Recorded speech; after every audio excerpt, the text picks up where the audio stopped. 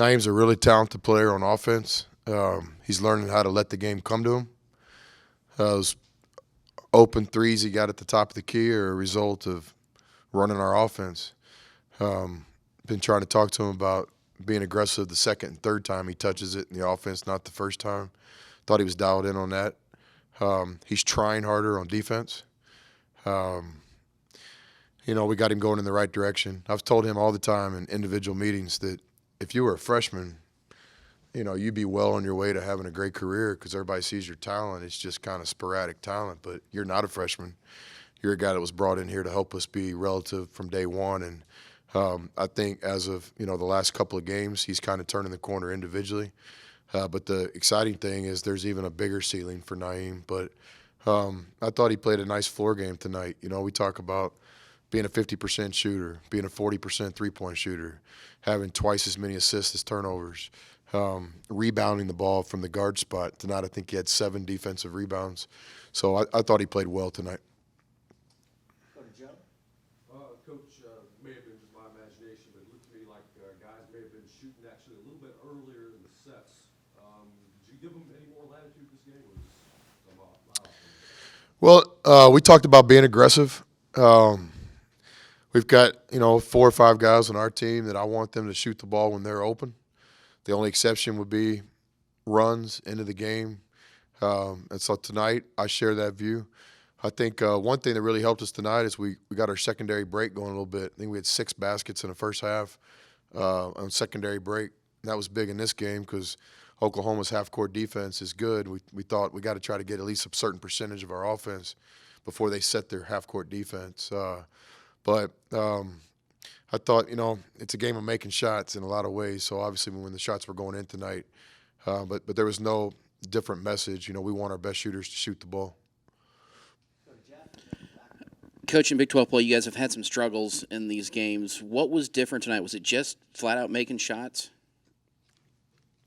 No, I think so. I don't think so. I think a lot of things. Low turnover game, 6 turnovers in the game until the very end on the 2 press breakers. We got to coach better in that situation. And so that gives us a chance, just to play better basketball. It's pretty easy. We're a team that shoots around 50%. So every time we come down the court, we get a point.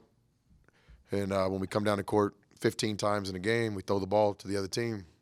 We don't get that 1 point per possession. So I thought tonight there was a focus on not turning the ball over. Maybe that's why it looked like we were taking quicker shots. I thought we did a pretty good job on defense tonight. Oklahoma is a team that lives on the free throw line. They're very aggressive. I've become a better coach competing against Coach Kruger. Tonight we stopped the drive a lot. We did a pretty good job at that. Now they hit a bunch of threes, but you pick your poison. So tonight I thought there was a lot of things that went into us playing better. I know you guys had 18 points off the bench, but that doesn't even really tell the difference that your bench made tonight. How proud of you of their performance?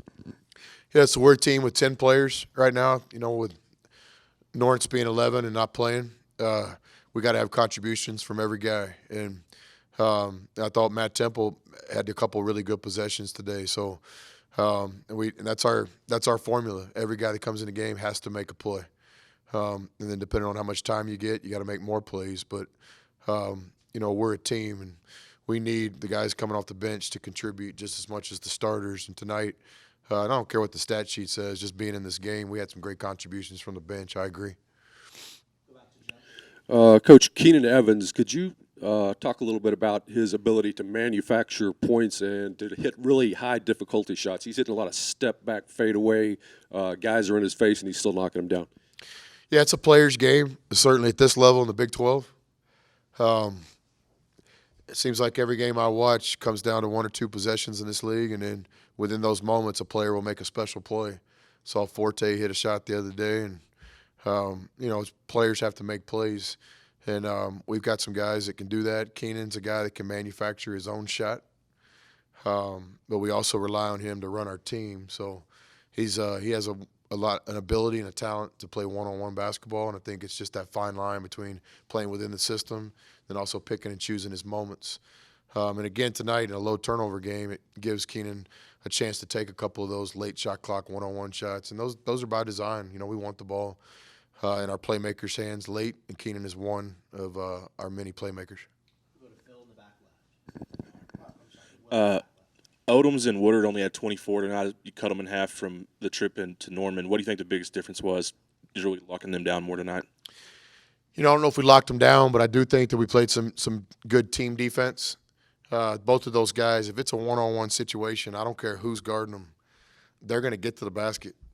And they're so aggressive, they just put the pressure on the ref to make the call. And tonight, I think we got them out of that situation a little bit by early help. And I don't know, it'd be a question to ask them, but from where I was sitting, it looked like when they got the ball, there was 3 Texas Tech people guarding them. Whereas in Norman, there was 1, and sometimes none. But tonight, I thought we played better team defense. And, Coach Adams is the best defensive coach I've ever been around. That's why we work together. It's not because of his lunch habits or great personality or,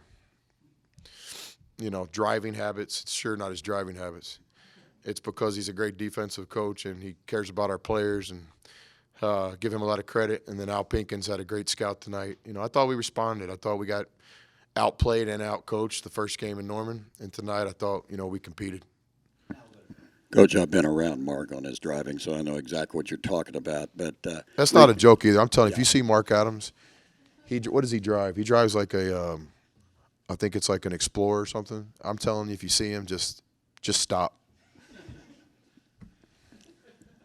I've been with him driving and riding along. But anyway, rebounding advantage always big for your team.